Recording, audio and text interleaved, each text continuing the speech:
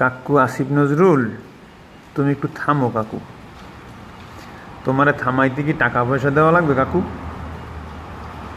তুমি তো টাকা কামানে কম কামাইতেছো না। তোমার উদ্দেশ্যই ছিল যে ওই চেহারে বসতে বলে তুমি কিছু টাকা কামাই করবা, এরপরে তুমি বাংলাদেশ থেকে উধাও হয়ে যাবা। কাকু, ওবায়দুল কাদের ওরফে কাউয়া কাদের তো মনে করেন মানুষে এখনও চেনে বা খোঁজে, জিজ্ঞেস করে। ফেভারায় তো পলাইয়ার থাকতে পারছে, কিন্তু কাকু আমনের অবস্থা ওবায়দুল কাউয়া কাদের কামাইব না, আপনি কাউয়া নজরুল হয়ে যাবেন। আপনার অবস্থা কাউয়া নজরুল, উপায় নাই কাকু।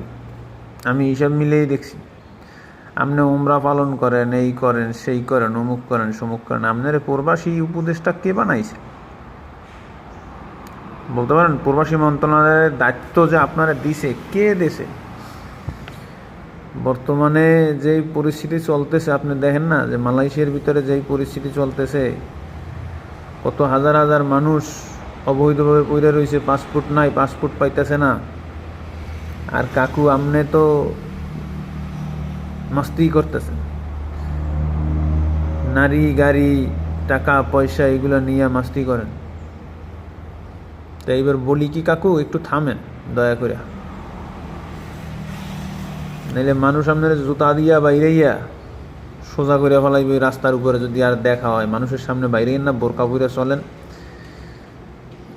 শেখ হাসিনা তো পালাইয়া দিয়ে বাঁচতে পারছে, কিন্তু আপনার এই অবস্থা থাকবে না। আপনার এমন মায়ের দেবে, মায়ের মনে করেন জীবনের বলবেন না।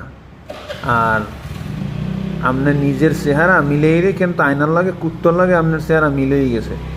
আগে তো মোটামুটি একটা নুরানি নুরানি ভাব আসলে, এখন দেখি যে চেহারার মধ্যে কুত্তর চেহারা উঠতে আস্তে আস্তে কুত্তর চেহারা আইছে।